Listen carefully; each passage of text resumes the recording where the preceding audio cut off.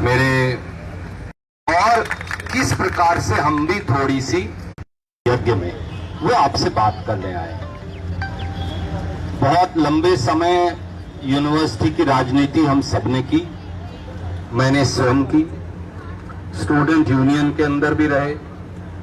मैं क्योंकि कॉमर्स और लॉ का छात्र हूं, तो पहले कॉलेज में और फिर यूनिवर्सिटी में, पंजाब विश्वविद्यालय में, वहां की लॉ फैकल्टी में रहे। उसके बाद 10 साल तक, 25 साल की उम्र में मुझे वो मौका मिला था। 10 साल तक पंजाब विश्वविद्यालय का संचालन करने का मौका भी मिला।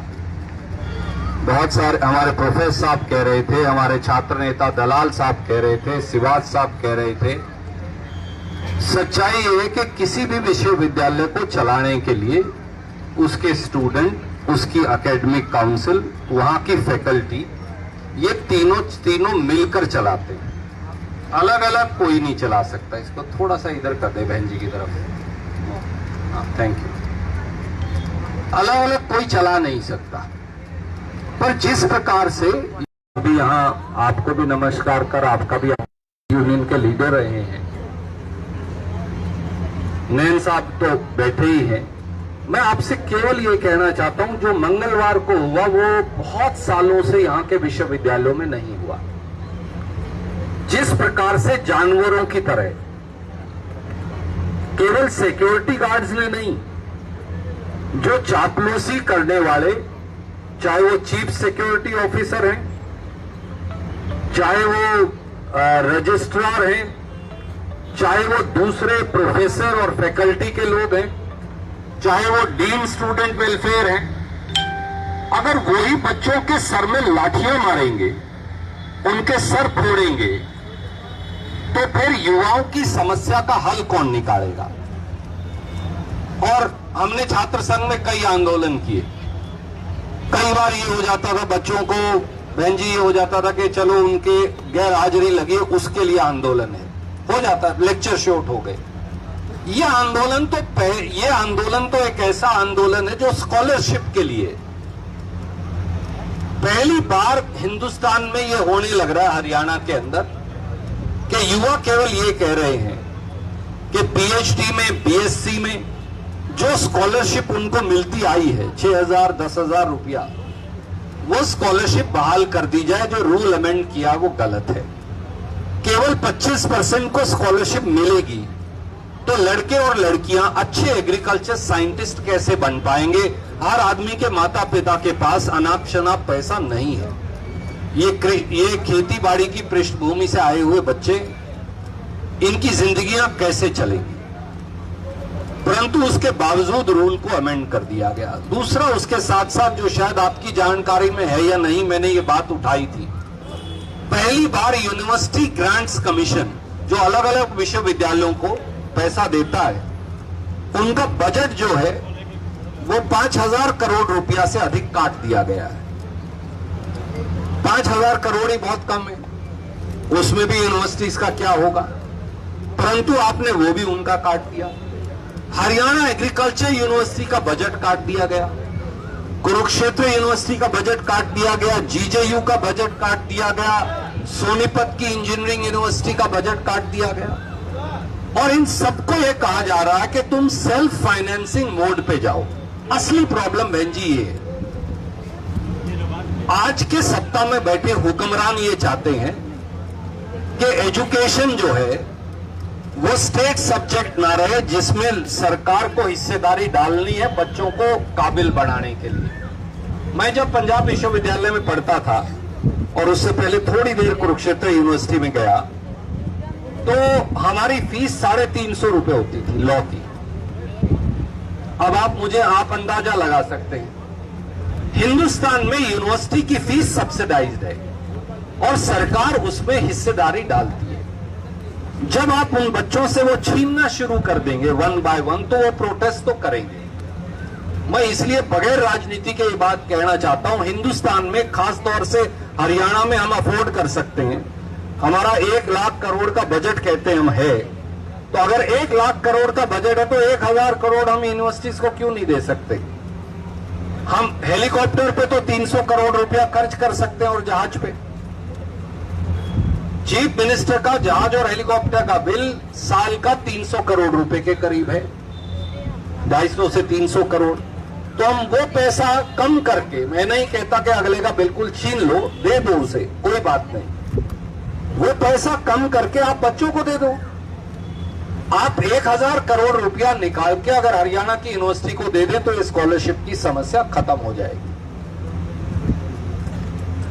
900 करोड़ कम किए। मलिक साहब ये कह रहे हैं कि अपने भी 900 करोड़ के करीब उन्होंने कम किए। मैं आपसे ये कहता हूं, एक ये जो आपकी मांग है, मैं मानता हूं कि बिल्कुल जायज मांग है। इसके अलावा 2-3 बात जो आप नहीं बता रहे, मैं पूछ रहा था अलग अलग छात्रों से, मुझे बताया है कि जो लड़कियों का हॉस्पिटल है वहां जो हॉस्टल है वहां सवेरे का नाश्ता भी टाइम से नहीं मिलता। ये एक समस्या आपने इसमें लिखी नहीं, पर मुझे पता। एक समस्या ये भी है कि जो डीन स्टूडेंट वेलफेयर है वो लठ मारने का काम करता है बजाय बच्चों की समस्याओं का हल निकालने के लिए। चीफ सिक्योरिटी ऑफिसर जो है वो बच्चों का सर फोड़ने का काम करने लग रहा है। जो यूनिवर्सिटी का वाइस चांसलर है वो एबीवीपी की शाखा में जाने से फुर्सत मिले तो वो इस यूनिवर्सिटी को चलाए। कहते हैं यहां एक ई ट्रैक्टर बनाया जिसमें 5 रुपया भी नहीं खर्च हुआ। मुझे नहीं पता वो ई ट्रैक्टर कैसे बना और वो कहां चलेगा। कहते हैं कि यहां एग्री टूरिज्म का एक कॉम्प्लेक्स खोल दिया जो बनने के बाद पहले दिन क्यों दलाल साहब बंद हो गया। यहां वाइस चांसलर और उनकी जो दूसरे अधिकारी हैं उनकी बीवी को कैंपस स्कूल में नौकरी लगा दी जाती है क्योंकि और कोई काबिल आदमी नहीं मिला उन्हें पूरे। मालूम है मुझे, इसीलिए मैंने कहा आपने अभी तक तो मैं पढ़ा नहीं, पर मुझे यूनिवर्सिटी के बारे में इतनी जानकारी तो है कि क्या होने लग रहा है मैं बगैर पढ़े भी बता सकता हूं। इस तरह की बहुत सारी समस्याएं, क्योंकि यहां एक क्लिक बन गया। क्लिक आप समझते, एक ग्रुप बना लिया उन्होंने और वो ग्रुप जो है वो एक जमावड़ा है। वो जमावड़ा शिक्षा को खत्म कर रहा है, खेती बाड़ी की शिक्षा को खत्म करने लग रहा है और वो अंधा बाटे सीढ़ी मुड़ मुड़ अपने को दे, वो उस तरीके से उस रास्ते पर चल पड़े हैं। मैं आपको एक बात कहता हूं नौजवान साथियों, थोड़ा बहुत हमें भी लंबा स्टूडेंट यूनियन का यूनिवर्सिटी चलाने का, क्योंकि मैं खुद तो लॉ फैकल्टी पढ़ाया भी करता था और लॉ फैकल्टी में काम भी किया और यूनिवर्सिटी भी चलाई, हमें भी थोड़ा थोड़ा तजर्बा है। मैं आपसे 2 या 3 बातें कहकर जाता हूं जो दलाल साहब ने और दूसरे सारे छात्रों के हमारे जो प्रतिनिधि हैं उन्होंने कही, प्रोफेसर साहब ने भी कही।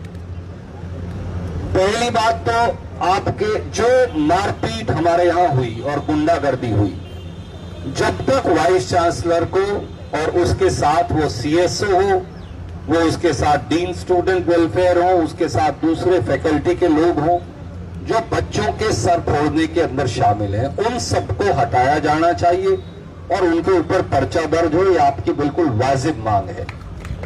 दूसरा, जिस बात के लिए आप लड़े, इस बात के लिए तो आप लड़े नहीं, लड़े तो स्कॉलरशिप के लिए, वो रूल रिस्टोर होना चाहिए और 70% से ज्यादा सीजीपीए लाने वाले हर लड़की या लड़के को वो स्कॉलरशिप मिलनी चाहिए क्योंकि ग्रामीण पृष्ठभूमि से ये बच्चे आते हैं।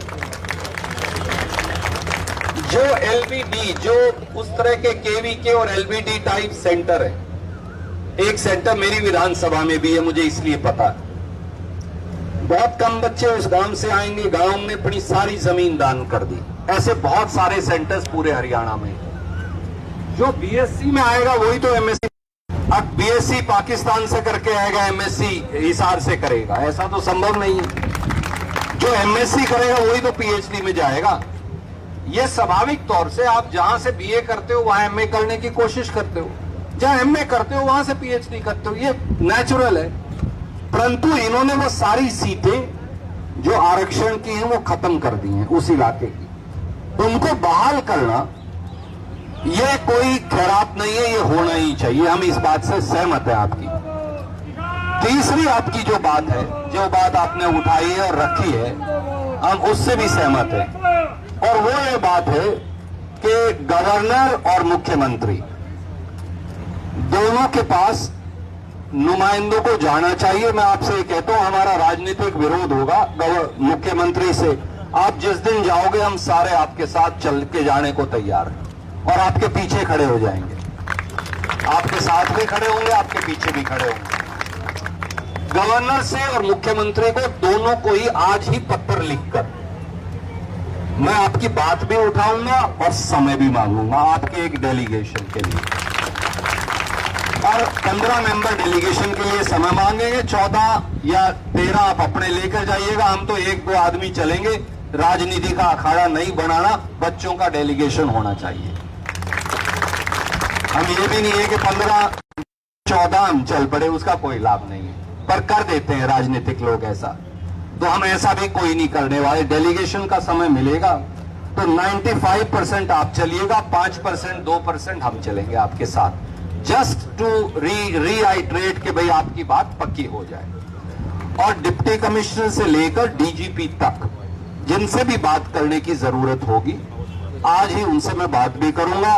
साथियों को, ये सारे बैठे हैं, मैं आप सबको, डिप्टी कमिश्नर, एसपी, बेसिकली ये दोनों अंडर प्रेशर है। मुझे बात समझ में आ गई है। उनको ये बोल दिया गया कि तुमने पर्चा नहीं दर्ज करना वीसी और उसके गुर्गों पे।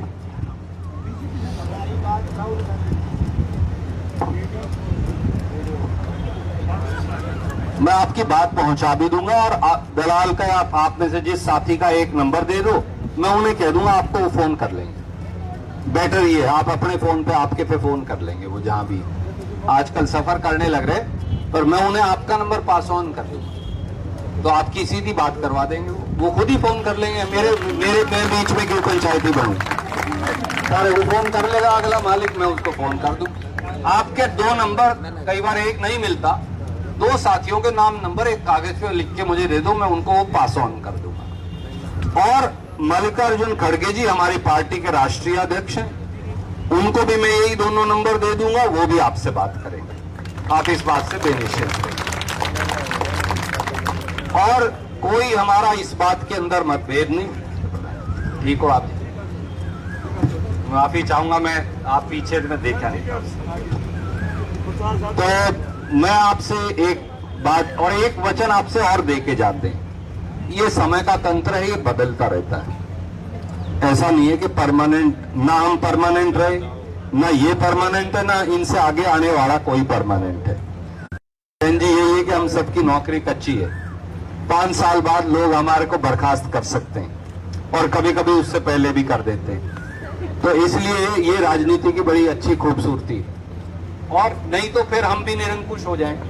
तो मैं आपसे एक बात का वचन देकर जाता हूं, हमारी यूनिवर्सिटीज हमारी पहली प्रायोरिटी होनी चाहिए, मेरा ये मानना है। कांग्रेस पार्टी का भी ये मानना है, राहुल जी का भी ये मानना है। रोहित वेमुला से लेकर, हैदराबाद यूनिवर्सिटी से लेकर, जो आज हमारे पास जब आई, तो हमने रोहित वेमुला एक्ट बनाया पहली बार, वहां जाकर दोबारा अपना वायदा पूरा किया। यूनिवर्सिटीज को होगी, और अकेले पैसे नहीं, अनुसंधान, रिसर्च, टेक, क्योंकि जमाना बदल गया है बिल्कुल। और जब तक HAU, मैं हमेशा ये बोलता हूं, अब किले ऐसे तो बढ़ नहीं सकते, पर किले डबल करने की जरूरत है। अब आप कहेंगे रणदीप किले डबल कैसे हो सकते हैं? ये तो बावड़ी बात है। वो डबल तब होंगे जब मेरे यहां 60 मन से गेहूं 120 मन या 130 मन होनी शुरू हो जाएगी एक किले में। वो केवल आप लोग कर सकते हैं, माफ कीजिए, नौजवान लोग ही कर सकते हैं, जो रिसर्च करेंगे और जो बेटर सीड्स और पेस्टिसाइड रेजिस्टेंट सीड्स बनाएंगे, ताकि कम से कम केमिकल में बेटर से बेटर प्रोडक्ट हम पैदा कर सकें। इन्होंने की थी पहले 30 मन एवरेज थी, 60 हुई, कभी कभी 70 हो जाती है, बहुत ही कोई 1-2 किलो अच्छा हो तो। पर जब तक हम इसे 70 से 140 पर नहीं ले जाएंगे, ये देश भी भूखा मरेगा और हम भी भूखे मरेंगे, क्योंकि जमीन की जोत कम होगी, किले रहे नहीं।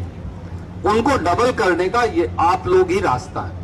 और उसके साथ साथ 4 करोड़ लोग हमारे पड़ोस में रहते हैं। प्रोफेसर साहब, आपसे एक बार मेरी बात हुई थी, गोयत साहब आपसे भी इस बारे में चर्चा हुई थी। दिल्ली, गाजियाबाद, नोएडा, गुड़गांव एंड फरीदाबाद, ये 4-4.5 करोड़ लोग हैं। इनकी अगर हम सब्जी भी सप्लाई कर दें तो हम करोड़ोंपति बन जाएंगे, लाखोंपति तो पक्का बन जाएंगे। वहां दूध 170 रुपया किलो है, अपने यहां 55 रुपया किलो है। हम कितना दूर है? 2.5 घंटे दूर है। मार्केट हमारे पास है, गवर्नमेंट को मार्केटेबिलिटी नहीं आती। जरूरी है मुझे जीरी, और मेरा दादा भी जीरी और गेहूं लगाया करता, मेरा बाप भी लगाया करता, मैं भी वही लगाने लग रहा हूं। हमको चेंज करना ही पड़ेगा हमारा साइकिल। जिस 2 लाख तक किसान की आय हो, वो आप लोग कर सकते हैं, क्योंकि seeds, cyclical crop, disease resistant crop वो आप करेंगे। तो मैं आपसे एक वचन देकर जाता हूं, जब कभी समय बदलेगा, हरियाणा एग्रीकल्चर यूनिवर्सिटी को मैक्सिमम रिसर्च एजुकेशन दोनों के लिए हम सब्सिडाइज आपको करके देंगे। दिस इज अवर सोलम प्रॉमिस हमारे लड़के लड़कियों को, क्योंकि आपसे बेहतर मैं कुरुक्षेत्र यूनिवर्सिटी या जीजेयू में महत्वपूर्ण है, पर आप हमारे फाइनल फ्रंटियर हो, क्योंकि हम तो खेती का प्रदेश है। तो पहला पैसा जो है मुझे खेती में इन्वेस्ट करना चाहिए। तो ये दोनों गवर्नर से, मुख्यमंत्री से मैं समय ले लूंगा, खड़गे साहब और राहुल गांधी जी आपसे बात करेंगे, और डीजीपी और आईजी से बात करेंगे, क्योंकि ये नीचे वाले तो पिछलग्गू हैं। मेरे को ये कहने में कोई ऐतराज नहीं है। तो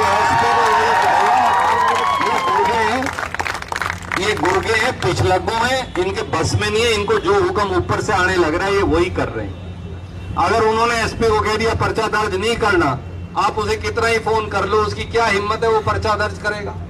तो अपन उसको टोकेंगे जो ये कहने लग रहा है कि पर्चा दर्ज नहीं करना, और वो है डीजीपी और चीफ सेक्रेटरी। और चीफ मिनिस्टर और गवर्नर के पास चलेंगे, और जरूरत पड़ी तो 21 जुलाई से फिर पार्लियामेंट खुलने लग रही है, पार्लियामेंट में पहले दिन फिर उठाएंगे। ये भी मेरा आपसे वचन है।